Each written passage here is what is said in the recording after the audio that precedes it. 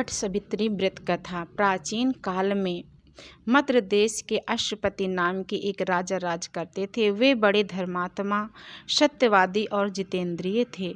राजा को सब प्रकार का सुख था, किंतु कोई संतान नहीं थी। इसीलिए उन्होंने संतान प्राप्ति की कामना से 18 वर्षों तक पत्नी सहित सावित्री देवी का विधि पूर्वक व्रत तथा पूजन, कठोर तपस्या की। सर्वगुण देवी सावित्री ने प्रसन्न होकर पुत्री के रूप में अश्वपति के घर जन्म लेने का वर दिया। यथा समय राजा की बड़ी रानी के गर्भ से एक परम तेजस्वी सुंदर कन्या ने जन्म लिया। राजा ने उस कन्या का नाम सावित्री रखा। राजकन्या शुक्ल पक्ष के चंद्रमा की भांति दिनों दिन बढ़ने लगी। धीरे धीरे उसने युवा अवस्था में प्रवेश किया। रूप रंग को जो भी देखता उस पर मोहित हो जाता। कन्या के युवा होने पर अश्वपति ने सावित्री के विवाह का विचार किया। राजा के विशेष प्रयास करने पर भी सावित्री के योग्य कोई वर नहीं मिला। उन्होंने एक दिन सावित्री से कहा, बेटी, अब तुम विवाह के योग्य हो गई हो, इसीलिए स्वयं अपने योग्य वर की खोज करो। पिता की आज्ञा स्वीकार कर सावित्री योग मंत्रियों के साथ स्वर्ण रथ पर बैठकर यात्रा के लिए निकली। कुछ दिनों तक ब्रह्मर्षियों और राजर्षियों के तपोवन और तीर्थों में भ्रमण करने के बाद वह राजमहल में लौट आई। महाराज अश्वपति ने सावित्री से यात्रा का समाचार पूछा। सावित्री ने कहा, पिताजी, तपोवन में अपने माता पिता के साथ निवास कर रहे दुम्तसेन के पुत्र सत्यवान सर्वथा मेरे योग्य है। अतः सत्यवान की कीर्ति सुनकर उन्हें मैंने पति के रूप में वर्ण कर लिया है। नारद जी सत्यवान तथा सावित्री के ग्रहों की गणना कर राजा अश्वपति से बोले, राजन, सावित्री ने बहुत बड़ी भूल कर दी है। सत्यवान के पिता शत्रुओं के द्वारा राज्य से वंचित कर दिए गए हैं। वे वन में तपस्वी के जीवन व्यतीत कर रहे हैं और अंधे हो चुके हैं। सबसे बड़ी कमी यह है कि सत्यवान की आयु अब केवल 1 वर्ष ही शेष है और सावित्री के 12 वर्ष की आयु होने पर सत्यवान की मृत्यु निश्चित है। नारद जी की बात सुनकर राजा अश्वपति दुखी हो गए। उन्होंने सावित्री से कहा, बेटी, अब तुम फिर से यात्रा करो और किसी दूसरे योग्य वर का वर्ण करो। सावित्री सती थी। उसने दृढ़ता से कहा, पिताजी, आर्य कन्या होने के नाते जब मैं सत्यवान का वर्ण कर चुकी हूँ तो अब सत्यवान चाहे अल्पायु हो या दीर्घायु, अब तो वही मेरे पति बनेंगे। जब मैंने एक बार उन्हें अपना पति स्वीकार कर लिया, फिर मैं दूसरे पुरुष का वर्ण कैसे कर सकती हूँ।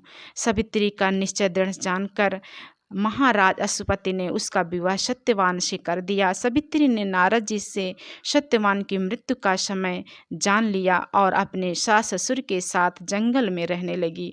धीरे धीरे वह समय भी आज पहुंचा जिसमें सत्यवान की मृत्यु निश्चित थी। सावित्री ने नारद जी के द्वारा बताए हुए दिन के 3 दिन पहले ही निराहार व्रत रखना शुरू कर दिया। नारद द्वारा निश्चित तिथि को पति एवं सास ससुर की आज्ञा से सावित्री भी उस दिन पति के साथ जंगल में फल फूल और लकड़ी लेने के लिए गईं।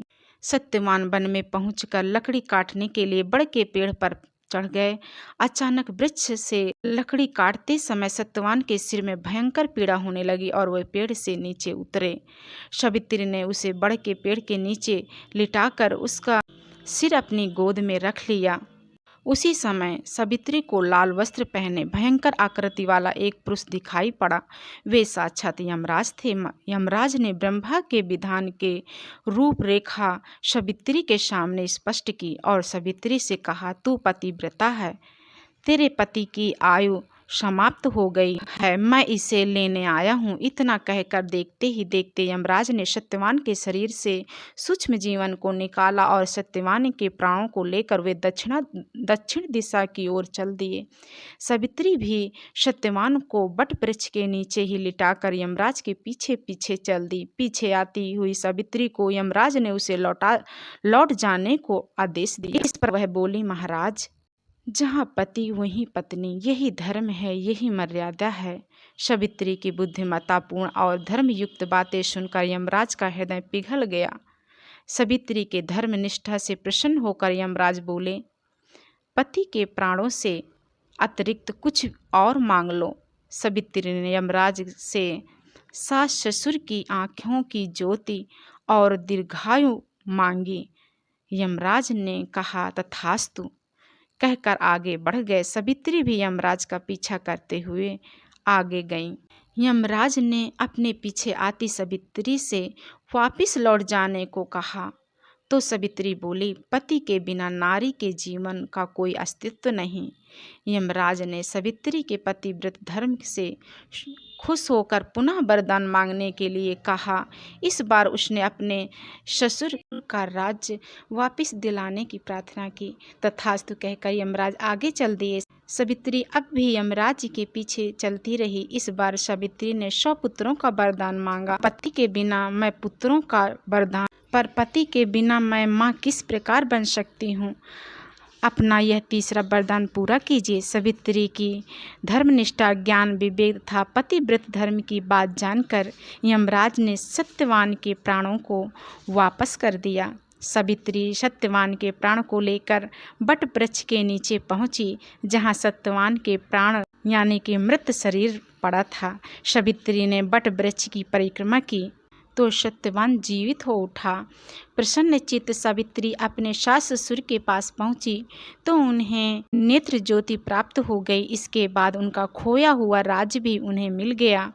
आगे चलकर सावित्री 100 पुत्रों की माता बनी। इस प्रकार सावित्री ने सतीत्व के बल पर न केवल अपने पति को मृत्यु के मुख से छीन लिया, बल्कि पतिव्रत धर्म से प्रसन्न कर यमराज से सावित्री ने अपने सास ससुर की आँखें और राज प्राप्त कर लिया।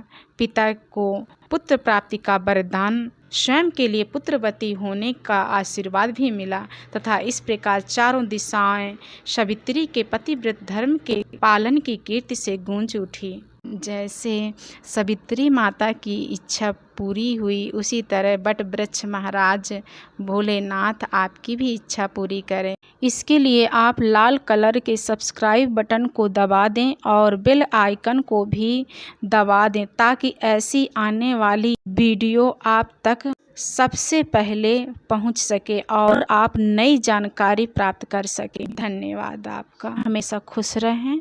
आपका दिन शुभ हो। ओम नमः शिवाय। ओम नमः शिवाय।